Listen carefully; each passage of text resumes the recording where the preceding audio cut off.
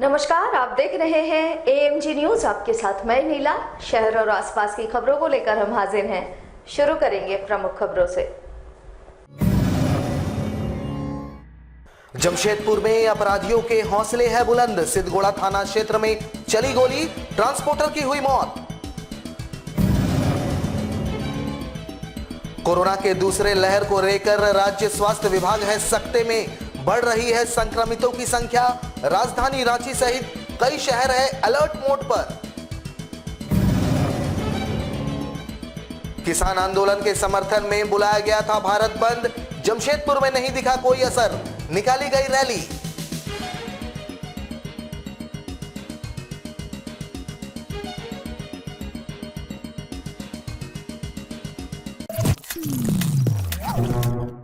अब खबरें विस्तार से। जमशेदपुर में अपराधियों के हौसले बुलंद है। जहां सिद्धगोड़ा थाना अंतर्गत सिद्धगोड़ा बाजार में दिन दहाड़े बेखौफ अपराधियों ने बबलू झा उर्फ बबलू शर्मा नामक ट्रांसपोर्टर की गोली मारकर हत्या कर दी।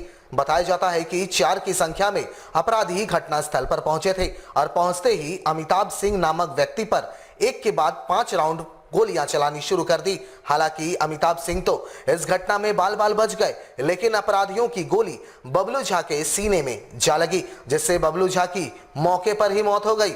हालांकि स्थानीय लोगों के सहयोग से उसे टाटा मुख्य अस्पताल ले जाया गया, जहां चिकित्सकों ने उसे मृत घोषित कर दिया। बताया जाता है कि राजकुमार सैनी उर्फ बुद्धू सैनी और उसके भाई नंदू सैनी ने इस हत्याकांड को अंजाम दिया है। प्रत्यक्षदर्शियों के अनुसार सभी एक होटल के पास बैठकर बातचीत कर रहे थे।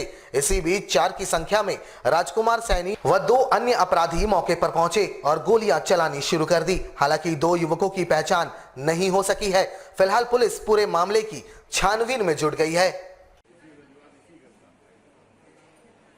सिद्धगोड़ा बाजार के अंदर एक गोली चलने की घटना हुई है, जिसमें एक बबलू झा नाम के व्यक्ति की मौत हुई है।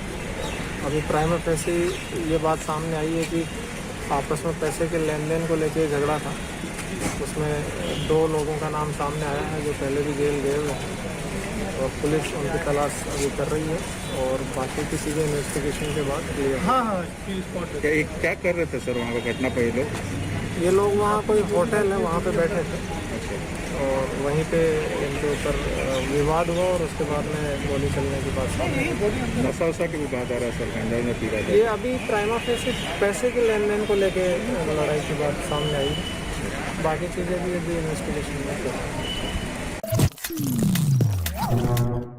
भले 5 राज्यों में चुनाव के कारण कोरोना के दूसरे लहर पर केंद्र सरकार चुप्पी साधी रखी है, लेकिन महाराष्ट्र सहित देश के दूसरे राज्यों में जिस तरह से कोरोना का दूसरा वेव जारी है, उससे WHO और स्वास्थ्य विभाग सकते में है। इधर झारखंड में भी कोरोना अब दूसरे वेव काफी तेजी से बढ़ रहा है। हर दिन नए संक्रमित मामले सामने आ रहे हैं। इन सबको देखते हुए राजधानी रांची सहित राज्य के कई बड़ी शहरों में अलर्ट जारी कर दिया गया है। जमशेदपुर स्वास्थ्य विभाग की ओर से शहर के सभी अस्पतालों को रेड अलर्ट जारी कर दिया गया है।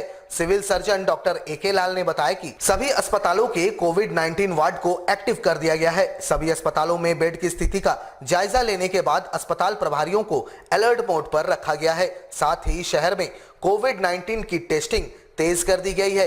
इसके अलावा वैक्सीनेशन की प्रक्रिया में सभी स्वास्थ्य कर्मियां, आंगनबाड़ी सेविका और सहिया को लगा दिया गया है। वहीं होली को लेकर विशेष दिशा निर्देश भी मिलने की बातें उन्होंने कही। उन्होंने शहरवासियों से कोविड-19 के संभावित लहर के खतरे को ध्यान में रखते हुए शहरवासियों से होली में मजमा नहीं लगाने की अपील की गई। कम से कम घरों से बाहर निकलने और सामाजिक दूरी का पालन पूर्व की भांति करने की अपील की गई है।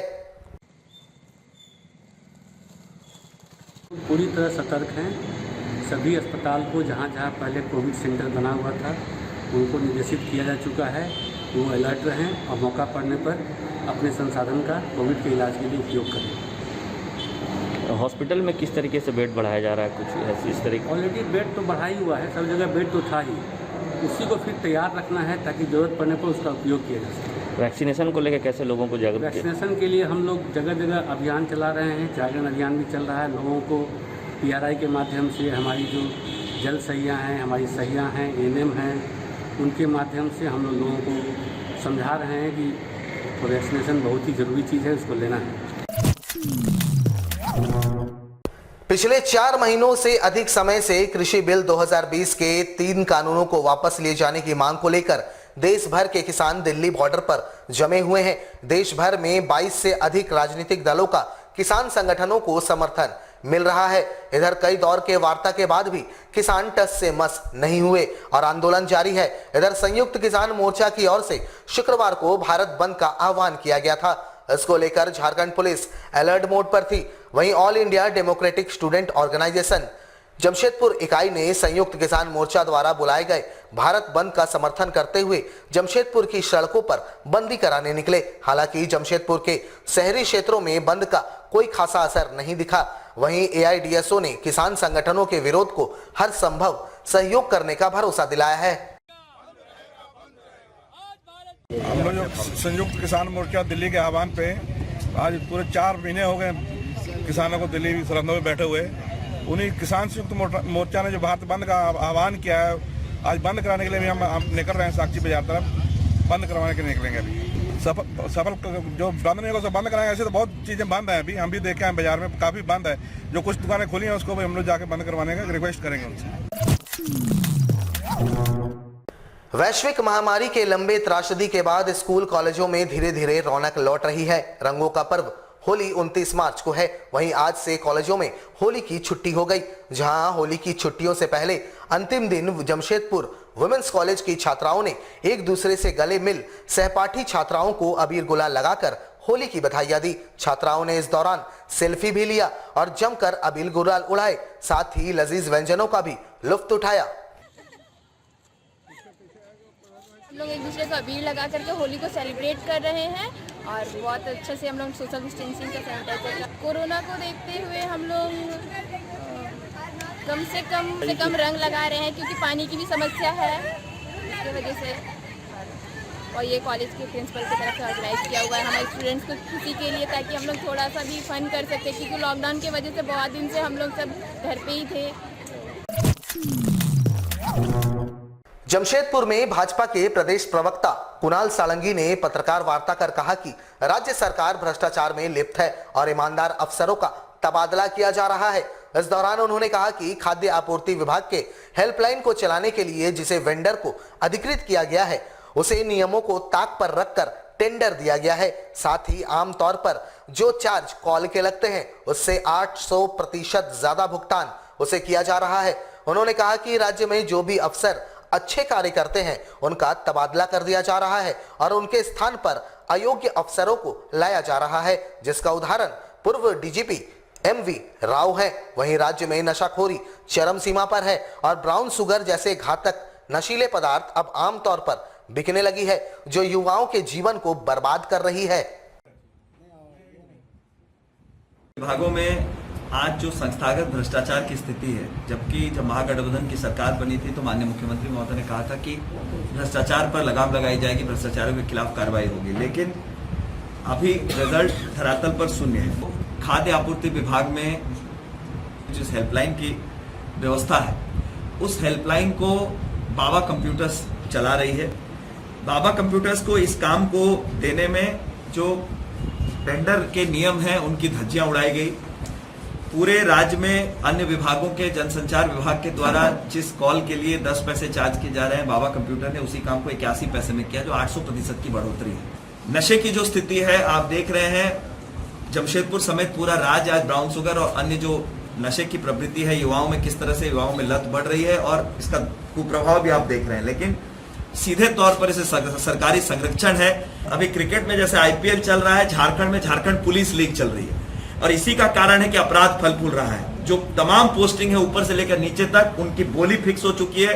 आईपीएल के जैसा ऑक्शन चल रहा है, धनबाद का इतना, जमशेदपुर का इतना, रांची का इतना, और जो अच्छे पदाधिकारी हैं, जो प्रतिभावान पदाधिकारी हैं, उनको सेक्रेटेरिएट में शंटिंग पोस्ट में डाला जा रहा है। कहीं यहां पर भी डीजीपी को जिन परिस्थितियों में हटाया गया एमवी राव जी को, कहीं इसमें भी उस तरह की साजिश की बू आती है।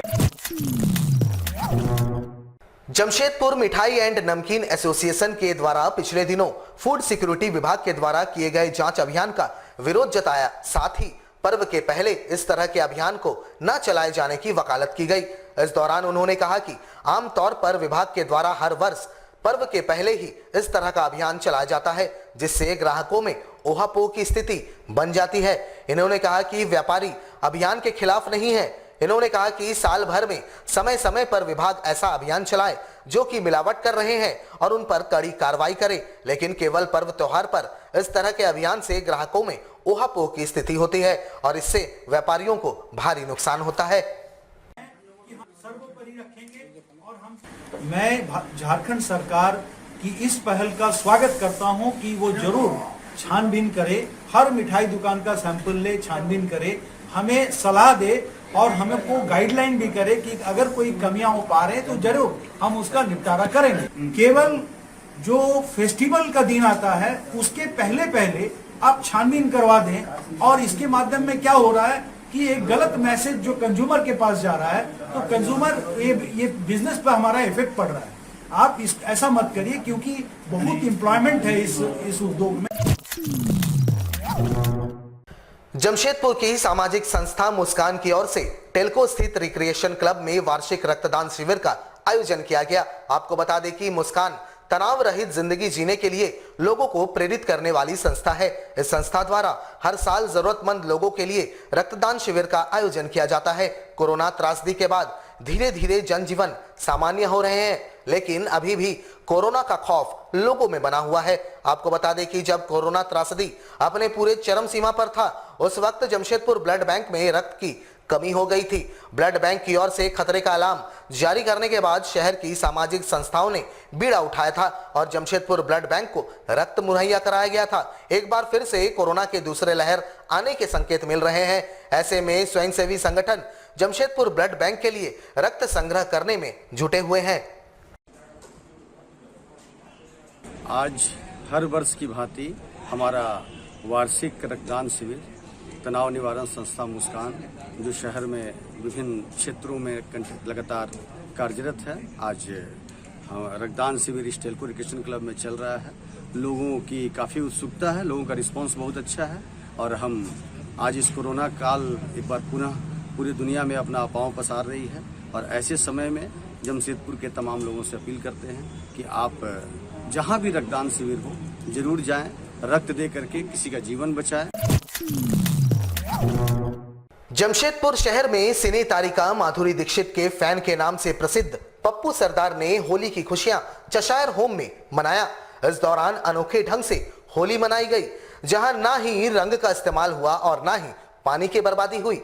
कोरोना काल को देखते हुए यहां रंगारंग बैलून के साथ होली खेली गई और गानों के धुन में सभी ने खूब मस्ती की। सुंदरनगर स्थित चशायर होम में यह कार्यक्रम आयोजित किया गया था, जहां चशायर होम के तमाम असहाय के साथ वहां देखरेख करने वाले सिस्टर भी मौजूद रहे।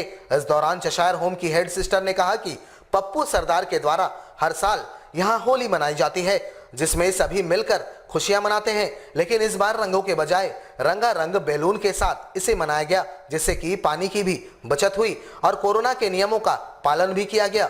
वहीं पप्पू सरदार ने सभी को होली की बधाई दी और साथ ही कोरोना के मद्देनजर सार्वजनिक होली खेलने से परहेज करने की अपील की। सारे भारतवर्ष के जितने भी लोग हैं, जितने भी राज्य हैं, सभी राज्य के लोग को सबसे ज्यादा चिंता इस बात की है। होली तो बहुत बड़ा महापर्व है ये है, मगर चिंता की बात यह है कि कोरोना अपने पैर बहुत जोर फंसा रहा है। जिस राज्य में देखिए उसी राज्य में कोरोना है। कोई टाइम था ये 50,000 से ऊपर का आंकड़ा हमारे पूरे भारतवर्ष में अक्टूबर के पास था और अभी 2 महीने के अंदर अंदर 50,000 का आंकड़ा है। तो इससे हम सभी लोगों को सावधान रहना चाहिए। होली एक महापर्व है, सभी लोग आस्था से एकदम मनाते हैं, मनाएं, घर पर रहें, खुशी से रहें, बच्चों के साथ रहें। होली पर्व में कहीं भी आए जाएं, सोशल डिस्टेंसिंग का पालन करें और मास्क अवश्य लगाएं, सैनिटाइजर हर वक्त अपने पास रखें। जहां तक होता है सरकार ने वैक्सीन लॉन्च कर चुकी है और लोगों को फ्री में वैक्सीन लग भी रही है, तो 60 वर्ष के ऊपर के लोग जाके वैक्सीन लगा सकते हैं और 1 अप्रैल से 45 वर्ष के ऊपर के लोगों को वैक्सीन लगनी शुरू हो जाएगी। तो लोगों को चाहिए कि जाके वैक्सीन लगवाएं, अपना भी ख्याल रखें, अपने दोस्तों का भी ख्याल रखें। हमारे साथ लगातार जुड़े रहने के लिए आप हमें YouTube पर जरूर सब्सक्राइब करें। आज के लिए बस इतना ही। कल आपसे फिर मिलेंगे कुछ नई खबरों के साथ। तब तक के लिए AMG न्यूज़ की पूरी टीम को दीजिए इजाजत। नमस्कार।